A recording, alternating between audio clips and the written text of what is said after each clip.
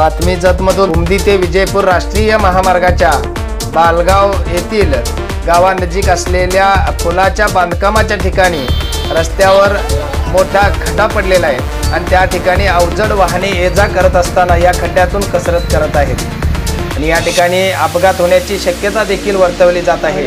त्यामुळे आज सकाळी या खड्ड्यामध्ये मुरुम टाकण्यात आला आणि पुन्हा पाऊस झाल्यामुळे चिखलाचं साम्राज्य झालं आणि त्या ठिकाणी अवजड वाहने या खड्ड्यातून येताना अपघात होईल या भीतीने वाहने रस्त्यावर थांबून होती। वाहनांची रांगच रांग लागलेली पाहायला मिळाली।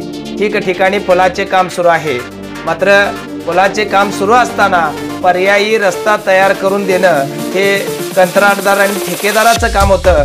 मात्र ठेकेदाराचा इतका मनमानी कारभार या ठिकाणी सुरू आहे की महामार्ग प्रशासनानं याकडे लक्ष द्यावं आणि ठिकठिकाणी पुलांचं काम ज्या ठिकाणी सुरू आहे त्या पुलाच्या कामाच्या ठिकाणी पर्यायी मार्ग काढून द्यावा।